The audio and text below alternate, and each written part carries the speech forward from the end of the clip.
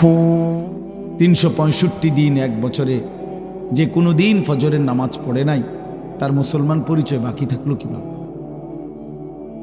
30 বছর ধরে যে সুদ খায় লাগাতার সবসময় এক নিয়মে, তার মুসলমান পরিচয় বাকি থাকলো কিভাবে বলেন? প্রিয় ভাই, যারা প্রতিদিন 5 ওয়াক্ত নামাজ পড়ে না, নওজোয়ান তোমরা পড়ো না, তোমাদের মুসলিম পরিচয় টিকলো কিভাবে? ইনসাফের সাথে বলো ভাইয়া। কোনোদিন যার কপালে সেজদা জোটে না, সারাদিন রাত নারী ছবি, মদ, জুয়া, জিনা, ব্যভিচার, অশ্লীল দৃশ্য, অসভ্যতা, নোংরামি, এই যাদের জীবন, তে এই জীবনে মুসলিম পরিচয় টিকলো কিভাবে? এই মুসলমান হলো কিভাবে? মুসলমান তো দূরে থাক, এ তো মানুষ না। বুট বাদামও খাইও না ভাই, এটাও অভদ্রতা। শতভাগ মনোযোগী হইলে ভালো আল্লাহর কথার প্রতি। একবারে বুট বাদাম খাওয়া উচিত কেন উচিত না? যেই কোনো প্রাইমারি স্কুলে কেউ যদি দেখে ক্লাস 1-এর বাচ্চাও পড়ার সময় টিচার যখন ক্লাস করে তখন সে বুট বাদাম খায় না, তাহলে এই সাধারণ বাংলা, অঙ্ক, ইংরেজির হাট্টিমাটিম পড়া বা সামান্যটুকু পড়ার জন্য যদি বাচ্চা এতটা অ্যাটেনশন হয়, তো আল্লাহর কোরআন শুনবার জন্য এর চাইতে কতটা বেশি মনোযোগী হওয়া উচিত? আমি আল্লাহর কথা শুনতেছি আর বুট খাইতেছি, এটা তো তামাশা না, এটা তো অবহেলা বোঝা যায়, অবজ্ঞা বুঝায়, গাফলতি বুঝে, খামখেয়ালি বুঝায়। ভাইয়া, এটা শেখা উচিত, সব সময়ের জন্য এটা মনে রাখা উচিত। এই বুট বাদাম চটপটির দোকান মাহফিলের সাথে বাধ্যতামূলক বানায় নিছে। এটা দেখতে দেখতে এই রসম চালু হয়ে গেছে। এখন সব জায়গার মাহফিলে এই দোকানদারদেরকে ডিঙ্গাইয়া, ঠেইল্লা, ধাক্কাইয়া, মানে কষ্ট কইরা তারপরে প্যান্ডেলে আসতে হয়, ওয়াজে আসতে হয়। মাঝপথে অনেক ছেলে আটকায়া যায়, হয়তো রওনাই দিছিল মাহফিলেই, বাবা মাও জানে, বাড়ির থেকে বলে আসছে মারে, মা ওয়াজে যাইতেছে, কিন্তু বেচারা এই চটপটি এবং বুট বাদামের দোকানে আটকায় গেছে। অফো, সামান্য 10 টাকার বুট, 30 টাকার এক প্লেট চটপটি তারে আল্লাহর কথা থেকে বঞ্চিত করে দিছে, তারে আখিরাতের সন্ধান থেকে বঞ্চিত করে দিছে। কি পরিমাণ ব্যর্থ মানুষ, কি পরিমাণ কাপুরুষ, অপদার্থ। এটা 20 টাকার কাছে হারিয়ে গেছে, 50 টাকার কাছে হারিয়ে গেছে, আল্লাহকে প্রত্যাখ্যান করে দিছে, নামাজকে পরিত্যাগ করে দিছে। বুট বাদামওয়ালার কপালেও কোনোদিন সেজদা জোটে না, কাস্টমারের কপালেও সেজদা জোটে না, চটপটিওয়ালার কপালেও নামাজের সেজদা জোটে না। আহা, বেচারার জিন্দিগিটাই চটপটি। হ্যাঁ, পৃথিবীতে আসছেই চটপটি বেচতে, পৃথিবীতে কবরে যেদিন যাবে সেদিন চটপটি নিয়েই কবরে যাবে। ওইখানে ফেরেশতাদেরকে যদি ওনারা যদি কিনে বেচা কিনা হয় হইতেও পারে। আফসুস, মানে সব প্রশ্নের উত্তরে বলবে চটপটি। মান রব্বুক, চটপটি। ওমা দীনুকা, চটপটি। ওমান হাদাল্লাযী বুইসা ফীকুম, বুট পেঁয়াজ। হ্যাঁ, বুট বাদাম। তো নাহলে সে কি বলবে? তো জানেই না, তার তো জিন্দিগি এটা, তার তো জীবনটাই অটো, তার জীবনটাই তো সিএনজি, তার জীবনটাই তো চা দোকান, তার জীবনটাই তো দুনিয়ার একটা সংসার। এই বউ বাচ্চা, স্ত্রী সন্তানের ঘর বাড়ি, দালান, বিল্ডিং, খাট পালং, ফার্নিচার, আসবাবপত্র, বাজার, সদাই, এগুলোর ব্যবস্থা করা রাত দিনের, এটাই জীবন, এটাই ফিকির। মা হিয়া ইল্লা হায়াতুনা দুনিয়া নামুতু ওয়া নাহইয়া।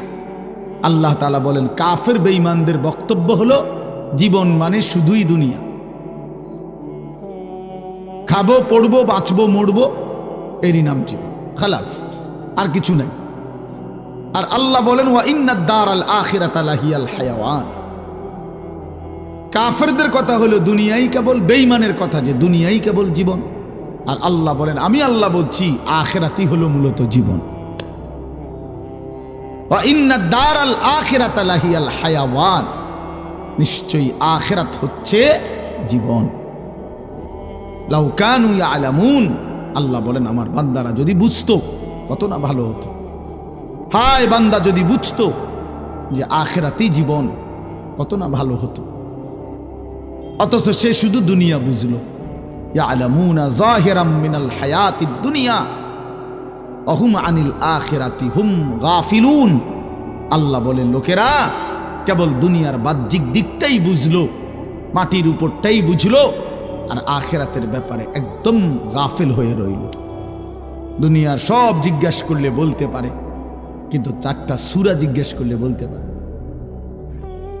দুনিয়া সব জিজ্ঞেস করলে বলতে পারে, আত্তাহিয়াতু দোয়ায়ে কুনুত শুদ্ধ করে পড়তে পারে না, বলতে চায়। একটা লাইন আল্লাহর কোরআন দেখে দেখেও শুদ্ধ পড়তে পারে। আফসুস, ইন্নাল্লাযী লাইসা ফি জাওফিহি শাইউম মিনাল কোরআন কাল বাইতিল খারিব। যে একটা পৃষ্ঠা কোরআন শরীফ দেখে দেখেও শুদ্ধ পড়তে পারে না, এই নাফরমানের কলিজাটা কি, জিন্দিগিটা কি? নবীজি বলছেন যার কলিজার মধ্যে কোরআনুল কারীমের কিছু অংশও নাই, আল্লাহর কসম নবী বলেন কাল বাইতিল খারিব, ওই অন্তর, ওই মানুষের অন্তর হলো বিরান ঘরের মতো, বিরান বাড়ি, সারা বাড়ি, আলগা বাড়ি, যে বাড়ি মানুষ এখন ফেলে দিছে, এখন আর সেখানে থাকে না, এমনি আলগা ঘর, কোনাকানি ভাঙ্গা টেঙ্গা গেছে, এখন নতুন ঘরে উঠে চলে আসছে, এটা আলগা ঘর পড়ে গেছে, পড়ে রইছে।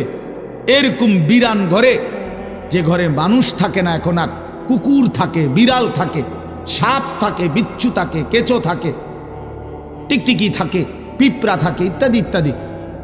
এরকম কুকুর, বিড়াল, সাপ, বিচ্ছুর ঘর এখন মানুষ থাকে না। আল্লাহর কসম, চাচাদেরকেও বলি, বাবাদেরকেও বলি, বয়স্কদেরকেও বলি, যারা আল্লাহর কোরআন পড়তে পারেন না, চাচা মিয়া, জ্যাডা মিয়া, আমনেগরেও বলি, ছেলেরা তোমাদেরকেও বলি, আল্লাহর রসুল বলছেন ওই মানুষটার দিলে মানুষ বসবাস করে না, জানোয়ার বসবাস করে, কুকুর, বিড়াল, সাপ, বিচ্ছু বসবাস করে ওই দিলের মধ্যে। ওই দিলে মানুষ বসবাস করে। কাল বাইতিল খারিব, ওটা খারবান, খারবান। সৌদি আরব যারা কেউ যদি কেউ থাইকা থাকেন, মধ্যপ্রাচ্যে, আরব দেশে ছিলেন, তারা তো এটা বুঝবেন যে খারবান, আল্লাহ খারবান মানে এটা নষ্ট, বাদ, খারবান বাতিল। আর কি এটা? এই খারবান, এই লোক খারবান, নবীজি বলছেন এই লোক ফালতু, এই লোক একেবারে আকামলা, এই ভাত খাইছে আর বন খাইছে আর বিড়ি খাইছে আর গপ মারছে। এই জিন্দিগি, এক জীবন ভাত তরকারি খাইছে, শেষ বয়সে আর বন আর বিড়ি খায় আর সাধু আরে গপ, কাম নাই, ওরা কিছু জানে না, ওরা কি পড়বে, ও তো আখেরাতেই চিনে না। হে চিনেই চা দোকান, উনি চিনেই বন বিড়ি, উনি চিনেই গল্প স্বল্প। আস্তাগফিরুল্লাহ, আল্লাহ আমাদেরকে মাফ করে দেন, আল্লাহ আমাদেরকে বুঝ দান করেন। এই জন্য দোস্ত, আমি প্রথম যে কথাটা বলে শুরু করলাম, অর্থ হইল এই কথাটা বলতে চাচ্ছিলাম যে ইসলাম তাইলে কার জন্য, কোরআন কার জন্য? ফাবিআইয়ি হাদিসিন বা'দাহু ইউমিনুন। আল্লাহ তাআলা বলে বান্দা, ফাবিআইয়ি হাদিসিন বা'দাহু ইউমিনুন, এই কোরআনকে দেখাইয়া আল্লাহ বলছে বান্দা বলো তো এরপরে ফাবিআইয়ি হাদিস, আর কোন কথা এই কোরআনের পরে আমি আল্লাহ বললে তুমি আমার কথা মেনে নিতা? এর চাইতে দামি আর কি বললে?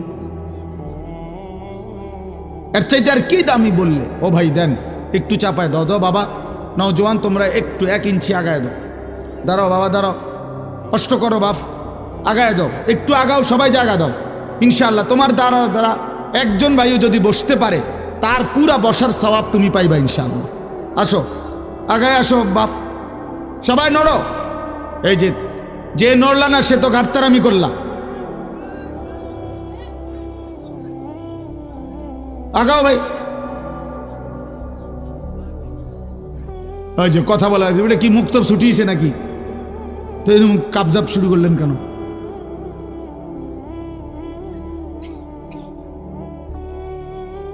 এই চাচার জায়গাটাতে আরো দুজন ঢুকো ভাই, নওজোয়ান, ওই যে লাল সোয়েটার ভাই, আপনি এদিকে আসেন। শুনতেছো না ভাই? তুমি আও, ওই যে চাচার সামনে যাও।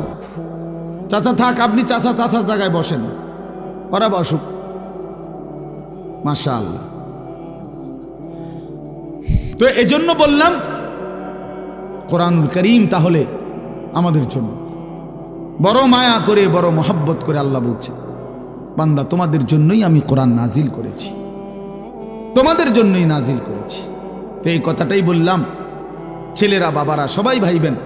আল্লাহ জিজ্ঞেস করছে, বান্দা ফাবি আইয়ি হাদিসিন বাদাহু ইউমিনুন, এরপরে আর কোন কথা, আইয়ি হাদিস, কোন কথা, বাদাহু, এই কোরআনের পরে আমি বললে তুমি কোন কথা বললে ঈমান আনতা, বলো বান্দা। কোরআনের চাইতে দামি আর কি বলতাম? জিব্রাইলের চাইতে দামি আর কাকে দিয়ে পাঠাইতাম? মুহাম্মদে আরবি আমার বন্ধুর চাইতে প্রিয় আর কার কাছে দিতাম? কোরআন আমি নাজিল করলাম, জিব্রাইলের মতো শ্রেষ্ঠতম সাইয়্যিদুল মালাইকা, আমার কোটি কোটি ফেরেশতার মধ্যে সর্বশ্রেষ্ঠ ফেরেশতা যে, নাযালা বিহির রূহুল আমিন, যিনি রূহে আমিন, বিশ্বস্ত আত্মা, যে এক সেকেন্ডের জন্য আমার হুকুমের কোনো দিন ব্যতিক্রম করে না। জি কুওয়াতিন, যে জিব্রাইল ভীষণ শক্তিওয়ালা, ভীষণ শক্তিশালী হযরতে জিব্রাইল, এমন দামি ফেরেশতা দিয়ে আমি নাজিল করলাম, আমি আল্লাহ নাজিল করলাম। আর আমার কুল কায়নাতের সবচেয়ে প্রিয় বন্ধু, আমার কলিজার টুকরা, আমার হাবিব, আমার মাহবুব, আমার সবচেয়ে প্রিয়জনের কাছে কোরআন নাজিল করলাম, আমার সেই প্রিয় রাসূল। এরপরে বান্দা আমি আর কেমনে আয়োজন করতাম? আমি আল্লাহ নাজিল করলাম, জিব্রাইলকে দিয়ে পাঠাইলাম, শ্রেষ্ঠতম বন্ধুর কাছে নাজিল করলাম, এরপরে আর কি করতাম? রাসূলকেও পাত্তা দিলা না, আমাকেও পাত্তা দিলা না, জিব্রাইলকেও পাত্তা দিলা না, তাহলেও বান্দা কি করলা? আল্লাহ জানতে চাইছে বাপ। আবারও বলছি, ডানে বামে প্রত্যেকে একজন আরেকজনকে বলে দেন যে মোবাইল হাতে নিয়ে রেকর্ড করতে না, ভিডিও করতে না, পরে থামায় দেন। ভাই আপনারা একজন আরেকজনকে ডাকে বলেন, এটা মনোযোগ দিয়ে শুনতে বলেন। এই হলো এক কথা। 2 নাম্বার কথা হলো, বসা যায়, সবাই ইচ্ছা করলে বসতে পারে, না হলে ভাই তোমাদের জুতার উপরে রাইখা এমনি বসো, তাইলে অসুবিধা কি? এটা তো ঘাস আছে, বোঝা যাইতেছে এখানে।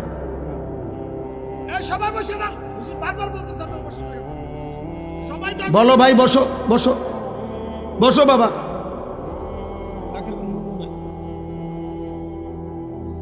এরপরে দেখেন, ফাবি আইয়ি হাদিসিন বাদাহু ইউমিনুন, একটা বললাম।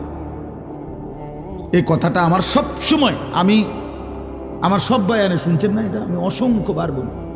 এই কথা আমার বেশি দিলে লাগে যে আল্লাহ পাক কেমনে কইলেন মায়া কইরা যে বান্দা, এরপরে আমি আর কোন কিতাব নাজিল করতাম? বলো না বান্দা, আমি আর কোন কথা বলতাম? আমার মতো মাওলা, আমার মতো মালিক, আমি আর কি বলতাম বলো? আমি আর কেমনে বললে তুমি মানতা?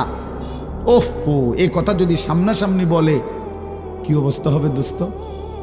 আল্লাহ যেদিন সামনে নিয়ে বলবে, হাদিসে স্পষ্ট আছে, আল্লাহ নবী সাল্লাল্লাহু আলাইহি সাল্লাম বলেন, ইন্নাল্লাহা সায়ুকাল্লিমু, আল্লাহ তার প্রতিটি বান্দার সাথে আলাদা, আল্লাহর কসম নবী বলছে কথা বলবেন, একজন একজন করে। লাইসা বাইনাহু ওয়া বাইনাহু তারজুমান, আল্লাহর মাঝে আর বান্দার মাঝে কথাটা বুঝাইয়া দেওয়ার জন্য কোনো দোভাষী ফেরেশতাও থাকবে না, কেউ না, শুধু মাওলা, শুধু তার বান্দা একা একা জিজ্ঞেস করে, একজন একজন করে। ওয়া কুল্লুহুম আতিহি ইয়াউমাল কিয়ামাতি ফারদা, কোরআন শরীফের আয়াত। আল্লাহ বলেন সকলেই আল্লাহর কাছে কিয়ামতের দিন আসতে হবে, ফারদান আই ওয়াহিদান, একজন একজন। ফারদান অর্থ কি? একজন একজন, ওয়াহিদ ওয়াহিদ, একজন একজন করে দাঁড়াইতে। ফাওয়ারাব্বিকা লানাসআলান্নাহুম আজমাইন আম্মা কানু ইয়ামালুন। আল্লাহ বলে, বান্দা কসম করে বললাম, আমি আল্লাহ আমার কসম খাইলাম, আমি আল্লাহর কসম খাইয়া বললাম, আমার জাতের কসম, আমার সিফাতের কসম, আমার অস্তিত্বের কসম, আমি কিন্তু তোমাদেরকে জিজ্ঞেস করব।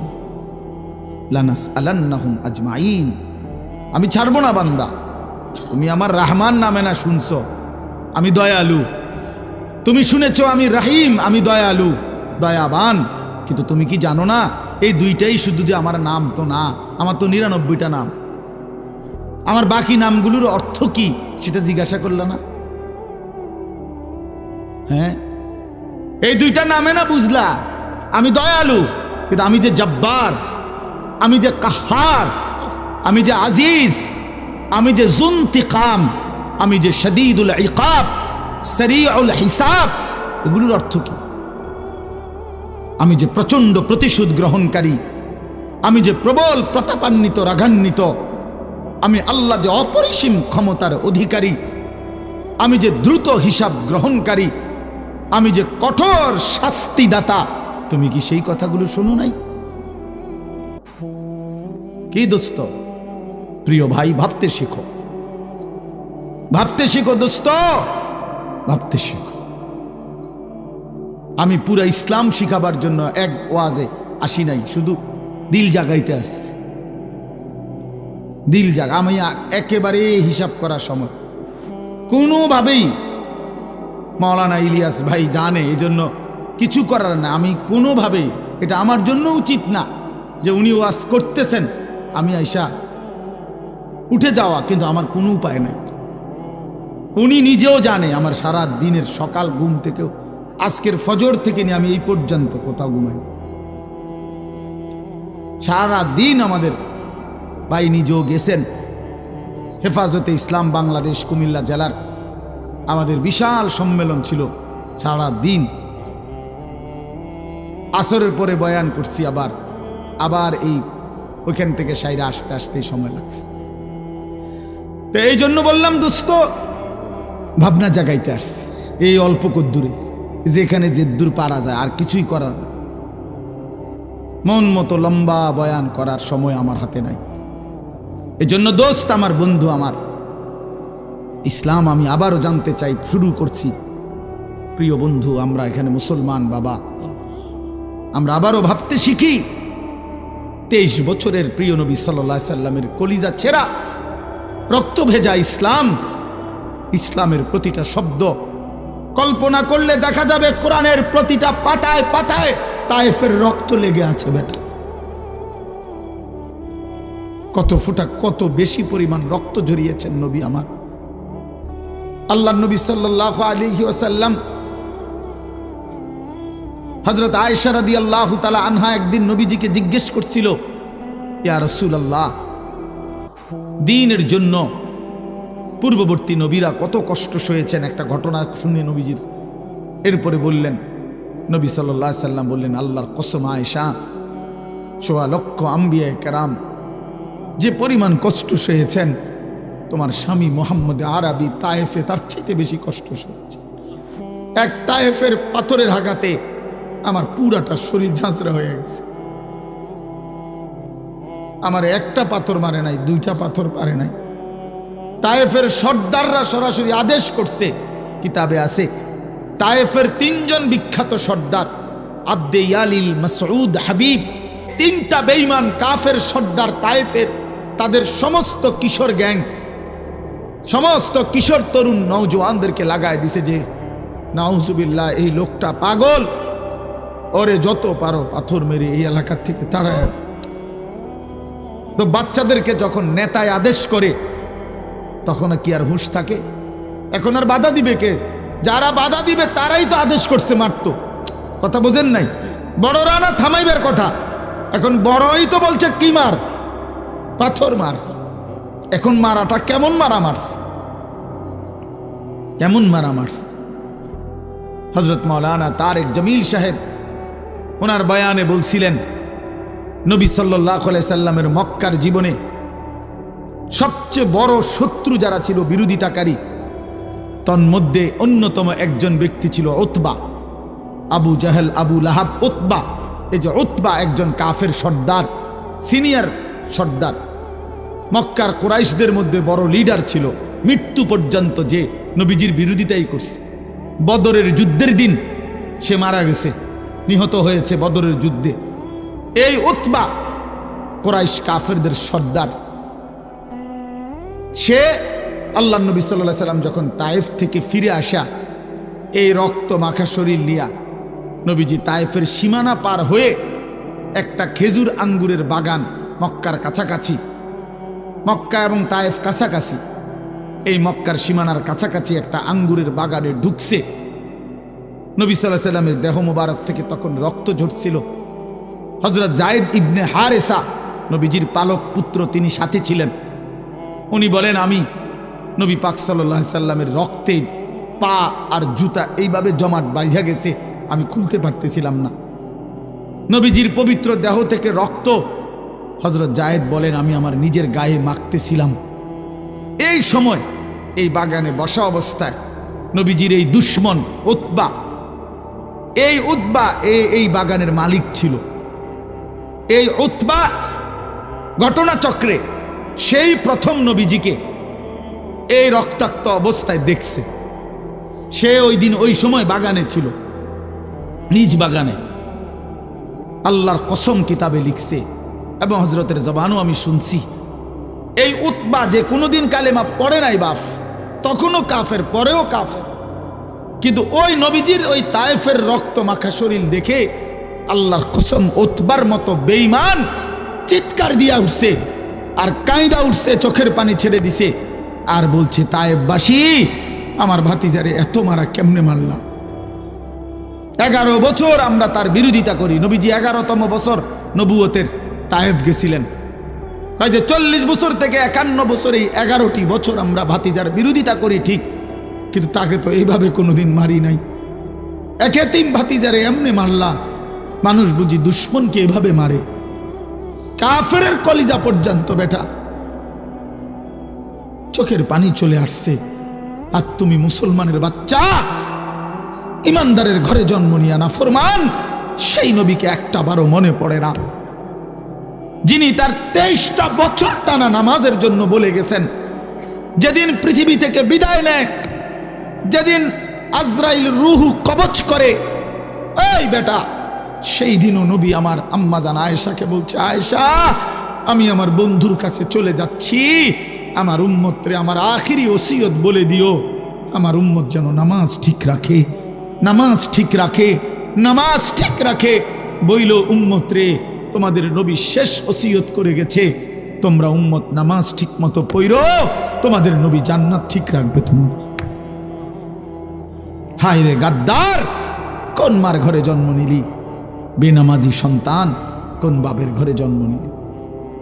কোন মুসলমানের ঘরে জন্ম নিলি? নাফরমান, কেমনে পারলি বাপ এক ওয়াক্ত নামাজ পড়ে এই কুকুর বিড়ালের জিন্দেগি কাটাইতে, এই জানোয়ারের জীবন কাটাইতে কেমনে পারো? হ্যাঁ, কেমনে পারো?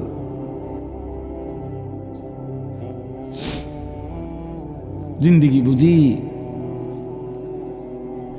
যে জীবনে সেজদা নাই। আমি সব সময় বলি, একদিন হইলে একদিনে বলবো, যে জীবনে সেজদা নাই আমি তারে মানুষ মনে করি না। যে কপাল সেজদা দেয় না সে মানুষ না, সে জানোয়ার। ইনহুম ইল্লা কাল আনআম, সে চতুষ্পদ জন্তু। কোরআন শরীফে আছে বাপ, সূরা আরাফের মধ্যে, ফাআতবাআহু শাইতান, শয়তান যার পিছে লাগছে, আখলাদা ইলাল আরদ, জমিনকেই যে নিজের স্থায়ী ঠিকানা মনে করেছে, পৃথিবীকে, ওয়াত্তাবাআ হাওয়াহু, মনের ইচ্ছা মতো যে চলে। আল্লাহর কসম, কোরআনে আল্লাহ বলছে, ফামাসালুহু কামাসালিল কালব, আল্লাহ বলেন মনের ইচ্ছা মতো চলে, আল্লাহর বিধান, রাসূলের বিধান, দ্বীন, শরীয়ত বলতে কিচ্ছু মানে না। এবং শয়তান যার অনুসারী, আল্লাহর পাক কোরআনে বলেন, ফামাসালুহু কামাসালিল কালব। বলেন মাওলানা ইলিয়াস ভাই, আপনি বলেন এই আয়াতের অর্থ কি, এই শব্দের অর্থ কি? আল্লাহ বলছেন, ওই ব্যক্তির উদাহরণ কুত্তা কুত্তার মতো কুত্তার মতো কুত্তার মতো কুত্তার মতো। এটা তুই কুত্তার মতো, তুই বেনামাজি মনে রাখিস, তোর ঠিকানা লিখে নে, আমার থেকে সিল নিয়ে আনিস, তোর পরিচয় আইডেন্টিফাই বলে দিলাম। কোরআন বলছে কি অর্থ কর, কামাসালিল কালব অর্থ কি? খালাস, কোরআন শরীফের আয়াত। কি মনে করছো বাপ? হ্যাঁ, নামাজ পড়ো না কেন? মানুষের বাচ্চা তুমি, কি ব্যাপার? আল্লাহ বলছে সেটা কুত্তার মতো।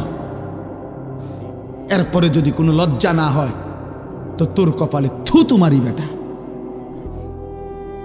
এরপরেও বলে যেন আমার কুত্তা না, যদি হুজুর কুত্তার তো খারাপ কন, আমি আল্লাহরে সেজদা দিতাম না। যেটা কথা কথায় দিতাম না, দিতাম না। আপনি এবার কুকুর কন, বিড়াল কন, শুকর কন, ঠিক আছে রে ভাই, তুমি যেহেতু এতটা পাষাণী হয়ে গেছো, তো আর কি করার আছে? কি করার আছে? পড়ালেখা করছো না বাপ, গোল্ডেন এ প্লাস, এই তার আমার কাছে আছে। সার্টিফিকেট লাগবে আমার তে নিও ইনশাআল্লাহ। আলহামদুলিল্লাহ, সার্টিফিকেট অনেক ওজনদার সার্টিফিকেট আছে আমার কাছে। আমার সার্টিফিকেট আলগাইতে খবর আছে। এমনি বললাম অহংকারের জন্য, এমনি বুঝাইলাম। আর সার্টিফিকেটের মাতবুরি দেখাই লাভ নাই। আপনি শিক্ষিত আর আমরা চিড়া খাই, জি না, পড়ালেখা করছি। তোমরা জেনারেল লাইনে পুরা পড়ালেখা করছি, সরকারি মাদ্রাসার থেকেও পাশ করছি, কামেল কুমিল্লা ভিক্টোরিয়া কলেজ থেকে মাস্টার্স পাশ করছি, কওমি মাদ্রাসার থেকে দাওরায়ে হাদিস পাশ করছি। কিন্তু কয়টা সার্টিফিকেট লাগবে? এই জন্য বাপ, এটা কোনো কথা না। বুঝাইতে চাইলাম বন্ধু, কে শিক্ষিত হচ্ছ? আরে বাবা, মুসলমানের ঘরে জন্ম নিয়ে কি পড়লা? আল্লাহ চেনো না, রসুল চেনো না, কোরআন চেনো না, সেজদা চেনো না, হালাল হারাম বুঝো না, জায়েজ না জায়েজ বোঝো না। নারী, জিনা, ব্যভিচার, উলঙ্গ ছবি, অশ্লীল দৃশ্য, মোবাইলের নর্তকী, সারা রাত উলঙ্গ ছবি। প্রিয় ভাই আমার, বন্ধু আমার, বাপ আমার, এটাই জীবন, এটাই জিন্দিগি? তোমার আল্লাহ জন্যই বানাইছিল। এই পৃথিবীতে মানুষের জন্যই সৃষ্টি হয়েছে। 2টা বছর মা পবিত্র দুধ খাওয়াইছে এই জন্য বাপ। তুমি নারী দেখবা, ছবি দেখবা, উলঙ্গ দৃশ্য দেখবা, এক ওয়াক্ত সেজদা দিবা না। আল্লাহর কসম করে বলো নওজোয়ান, তোমার মা তোমার এই জন্য দুধ খাওয়াইছিল? 9 মাস মা এই জন্য বুকে ধারণ করছে। এই তুমি সারা দিন টোটো করে ঘুরবা, সমবয়সী বন্ধুদের সাথে আড্ডা দিবা, মদের নেশা, জুয়ার আড্ডা, নারীর আড্ডা, জিনা ব্যভিচারের আড্ডা, এর মধ্যে পড়ে থাকবা বাপ। এটা তো হতে পারে না বাপ। ইনসাফের সাথে যদি কেউ ভাবেন, ছেলেরা বাপ আমার ভাবো ভাই, বাবারাও ভাবেন, আপনার চোখের সামনে সন্তান নামাজ পড়ে না, সারাদিন মোবাইলে পড়ে থাকে, নারী, ছবি, অস্থির দৃশ্য, জিনা ব্যভিচার, মদ জুয়ায় আসক্ত থাকে। ওহ বাবা, আপনার জীবনের অর্জন কি? সন্তানের অর্জন কি? আপনি কি শিখাইলেন, হেতে কি শিখলেন? আপনি কি সন্তান গড়লেন, আপনার পরিচয় কি বলেন? যদি বলেন হুজুর শুনে না, তো কোনো সন্তান যদি আল্লাহর কথা না শুনে, এরপরে তার জন্য কি করণীয় এমন কোনো কর্মসূচি ইসলামে নাই। তো সেটা জিজ্ঞান, সেটা জিগাইলেন না কেন? আপনি দিয়ে অনকন যাক, বাদ দে, যাক, যা হয়েছে হয়েছে, বিদেশ যাইবে, কথা বলেন না কেন? তো আপনি দিয়ে কইলেন না, আপনি দিয়ে কইলেন সে বাদ দে, হয়েছে, পড়লে পড়ছে, না পড়লে নাই। হ্যাঁ, নমাজ রোজাও নাই, কিচ্ছু না, যা বিদেশ পাঠাবেন। টেয়ার দরকার, টাকার দরকার, এতে মানুষ হোক বা না হোক, নামাজ পড়ুক বা না পড়ুক, আল্লাহ খোদা চিনুক বা না চিনুক, আমার টাকা দরকার। তার চাচা জমি বেচবো, টাকা রেডি না রাখলে ফট করে অন্য মানুষের কাছে বেচা লাগবে। বিল্ডিং দরকার, ছাদ ডালাই দিব 2 তলা, ঘরে ফার্নিচার দরকার, টাকা দরকার। এক বাবার স্বপ্ন কি এটাই? তাহলে সন্তানকে আল্লাহ তাআলা আমাদের জন্য দিছেন টাকা উপার্জনের মেশিন। কথা বলেন না কেন? তাহলে বলেন বাবা, ইনসাফের সাথে বলেন। এই জন্য আমার দোস্ত, আমার বন্ধু, আমরা প্রত্যেকেই ভাবা উচিত। আজকে কিশোর নওজোয়ান তোমরা, তোমাদের বাবারা এখানে বসা আছে, তোমরা আলহামদুলিল্লাহ অনেক ছেলে আসছো। তোমাদের কাছে অনুরোধ বাবা, তুমি তোমাকে নিয়ে ভাইব, এই বন্ধুর কথা মনে করো, এই ভাইয়ের কথা মনে করো যে আমি এক ভাই তোমাকে বলছি, ভাই তুমি আমার ভাই, তুমি আমার সন্তান, তুমি নওজোয়ান আমাদের আদরের। এত ছোট্ট বয়সে এত নারী দেখে ফেললা, 16 বছরে এত নর্তকী দেখে ফেললা, মাত্র 16 বছর 18 বছর বয়সে এত উলঙ্গ ছবি দেখে ফেললা, মাত্র 16 বছরে এত জিনা ব্যভিচারের দৃশ্য দেখে ফেললা। আস্তাগফিরুল্লাহ। মাত্র 18 বছর না হতেই এত নারী, এত মেয়ে, এত অশ্লীলতা। আল্লাহর কোরআনে আল্লাহ তাআলা বলছেন বেবিচারীকে, আল্লাহর কসম কোরআন শরীফে আছে সূরা ফুরকানে, ইউদাআফ লাহুল আযাবু ইয়াউমাল কিয়ামা ওয়া ইয়াখলুদ ফীহি মুহানা। আল্লাহ সরাসরি বলছে বেবিচারী, জিনাকারকে, বেবিচারীকে আল্লাহ তাআলা বলছে তার আখিরাতে আমি আল্লাহ প্রত্যেকটা এই অপরাধের জন্য ডবল ডবল, রিডবল, দ্বিগুণ দ্বিগুণ শাস্তি দিতে থাকবো এবং তাকে বেইজ্জতি করে, লাঞ্ছিত করে, লাথি দিয়া তারে জাহান্নামে ছুঁড়ে মারবো। বেটা, লাথি দিয়া ছুঁড়ে মারবো, বেইজ্জতি করে জিনাকার, বেবিচারীকে।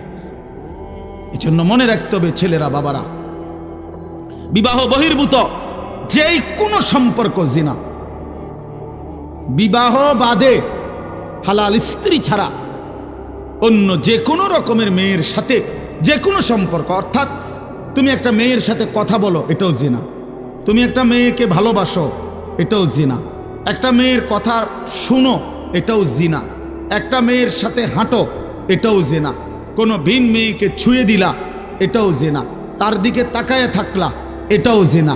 তাকে নিয়ে কল্পনা করলা অন্তরে, এটাও জিনা। আবার লজ্জাস্থানের জিনা করলে এটাও জিনা। চোখেরটাও জিনা, হাতেরটাও জিনা, কানেরটাও জিনা, দিলেরটাও জিনা, পায়েরটাও জিনা, লজ্জাস্থানেরটাও। একেবারে স্পষ্ট কোরআন শরীফে বিবাহ বহির্ভূত সম্পর্ককে প্রেম বলে না, ভালোবাসা বলে না, ব্যভিচার বলে, জিনাকার বলে। এজন্য কেউ যদি মনে করো 3 বছর কোনো মেয়ের সাথে সম্পর্ক, 5 বছর কোনো মেয়ের সাথে সম্পর্ক, তো এ মনে রাখতে হবে সম্পর্ক না, বরং 3 বছরের জিনাকারী, 5 বছরের ব্যভিচারী। ছেলেটাও অসভ্য, মেয়েটাও অসভ্য, ছেলেটাও খবিস, মেয়েটাও খবিস। এটা আল্লাহ কোরআনে বলছে এবং আল্লাহ ওয়াদা দিছে যে তোমরা যারা চরিত্রহীন, তোমরা খবিস, তোমাদের স্ত্রী মিলবে খবিস। আল্লাহর ওয়াদা আছে কোরআন শরীফে সূরা নূরে, নাকি আল খাবিসাতু লিল খাবিসিন ওয়াল খাবিসুনা লিল খাবিসাত। খবিস আল্লাহ বলছে পুরুষ তুই চরিত্রহীন, তোর বেটি মিলবে চরিত্রহীন। মেয়ে নারী তুই অসভ্য, চরিত্রহীন, রাস্তায় রাস্তায় রূপ যৌবন ফেরি করছ, তো তোমার মনে রাখো স্বামী হিসাবে যেটা মিলবে এটাও চরিত্রহীন। চরিত্রহীন। হ্যাঁ হ্যাঁ হ্যাঁ হ্যাঁ, আমরা জানি সব। আমাদের কাছে তো মানুষ ব্যক্তিগত হালাত বলে, তো বাপ আমরা তো শুনি